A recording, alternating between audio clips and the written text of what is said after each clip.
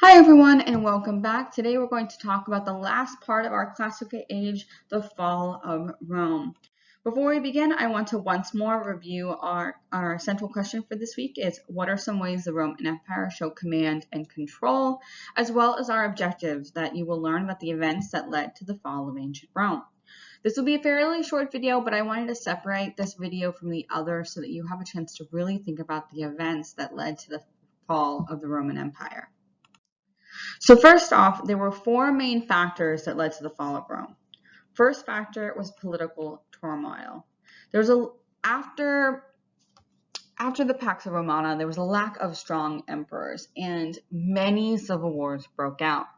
This allowed for political unrest as well for the people to kind of begin to chafe at the bits at this Roman way of life. Remember, when you're having war and strife, you're not getting that bread and circus that so many wanted, allowing for people to begin to against the way that Rome had done things. Second was military turmoil. For most of ancient Roman history, they were the ones going out and conquering other people. However, what started to happen is you had German invaders called the Visigoths who began to gather around the Roman edge and kind of probe them. And they basically said, if you don't pay us, we'll attack and destroy you. And so they began to pay these German invaders to keep them from fighting. In addition, a lot of their soldiers weren't able to fight. And so they began employing mercenaries or professional soldiers willing to fight for money. However, they didn't have that key aspect that all Roman soldiers had, which was that loyalty to the empire, the loyalty to Rome, which made it easy for them to flee in times of strife. Third, because of this payment they had to give and the fact that they weren't conquering anything, and the fact that because of all of the war, there wasn't very much trade going on, Rome was having an economic decline. Because of the defense of the war, there was no money to be had, as well as inflation was on the rise. That is a rapid and steep rise in market prices. This made it so that one week, maybe bread was worth 1 coin, and the next week it was worth 2 coins, and the week after that it was worth 3 coins. All of this led to people not being able to sustain their income and couldn't buy the necessary things, making the poverty between the rich and the poor even bigger, the gap between them. Lastly, social decline. Before all of the strife, ancient Rome citizenship was very hard to come by. However, they eventually decided, you know what? Everyone was Roman citizen. However, instead of that coming with benefits, it mostly came with taxation and a lot of poverty. These four different effects allowed Rome to begin to really feel the squeeze of its fall and begin to feel like it's on the verge of collapse.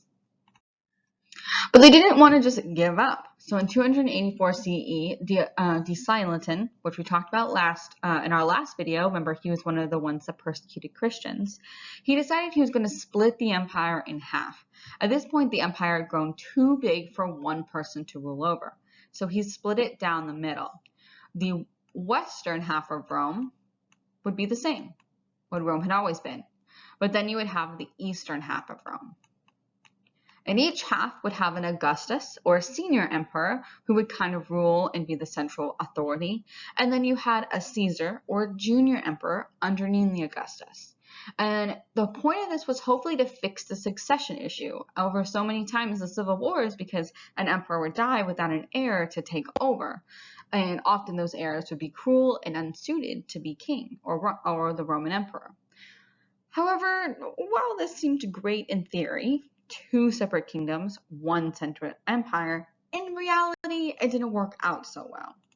After his death, there was even more civil war than before, and you ended up having Constantine as the winner, which remember we talked about Constantine as the man who did the Milan Edict and who kind of championed Christendom in ancient Rome.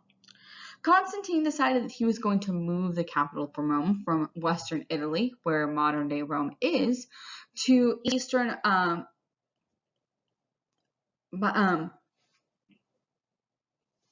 Byzantine, which is in modern Turkey or Istanbul.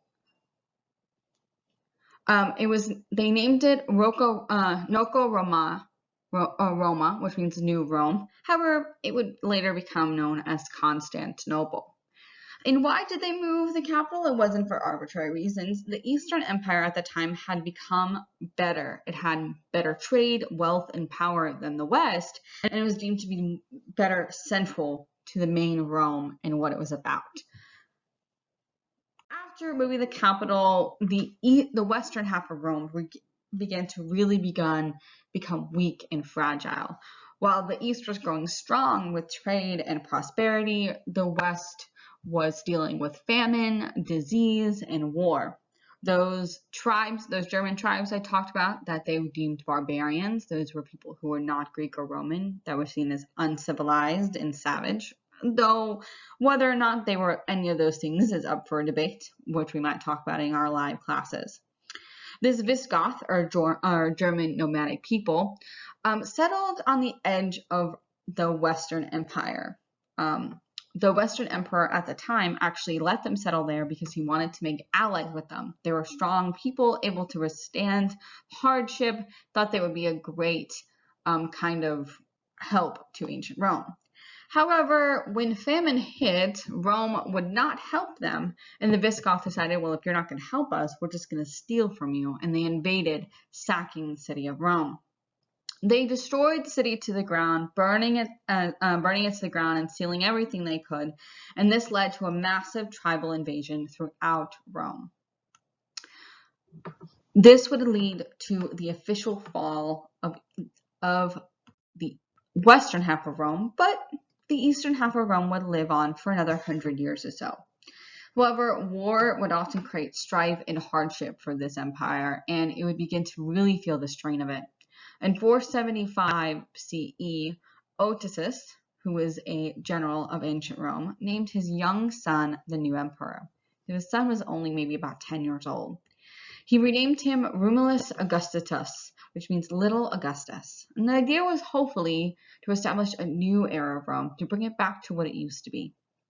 But in 476, not even a full year since he became emperor, his son became emperor, Ortis was killed by his own soldiers, and Romulus was sent to southern Italy to live out his days. This is believed that Romulus Augustus was considered the last great emperor of Rome, and this created the official end of the ancient Roman Empire, though it would be a gradual fade out of existence, and not completely. The legacy of Rome as we know it is extremely relevant to our modern society. Rome did not fade away. Its cultures, customs, beliefs, practices, and languages would last for hundreds of years and still be around today, influencing multiple societies that would come after it. Many people believe that if only we could return to Rome. It was the height of Western society. If only we could return to Rome.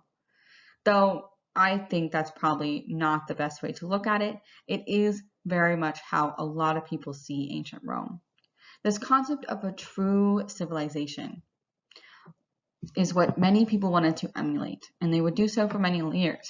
Latin would become and be adapted into other languages such as Italian, French, Spanish, Portuguese, Romanian, as well as influence words in German, as well as English.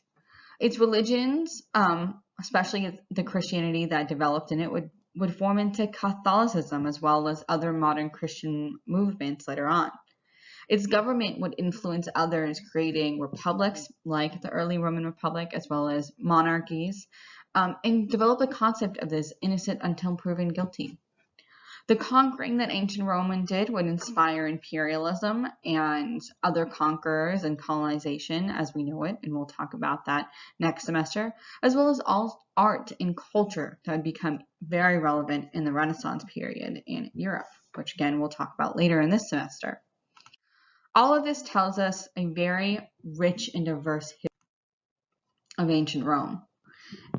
It had these 200 years of Pax Romana, Roman peace. And then it had Roman And then as the Roman Empire began to decline, it split into two, developing east and west. Constantine would become emperor, moving the capital from Rome to Byzantine, as well as allow for the eventual sacking of Rome in 410 and lead to its final decline. Overall, the decline of Rome was not swift. It took a lot of political strife, military strife, and a huge downgrading in money to allow for it to even begin to decline. The splitting of the empire into east and west did not form a good opinion, and it led to its eventual decline, but it did allow for Constantine to create a new capital in that eastern empire. The sacking and the fall of Western Rome would lead to a massive wave of war and strife for years to come, and the empire would eventually fall, with the boy emperor falling with it. However, its legacy still stands today, allowing us to learn about, study, and emulate Roman way of life. So my final question for you is our challenge question we've been asking all week. The word empire or imperium means to command. So your challenge question, what are some ways the Roman Empire showed command and control, both in its culture, in its Christian heritage, and its eventual fall from grace?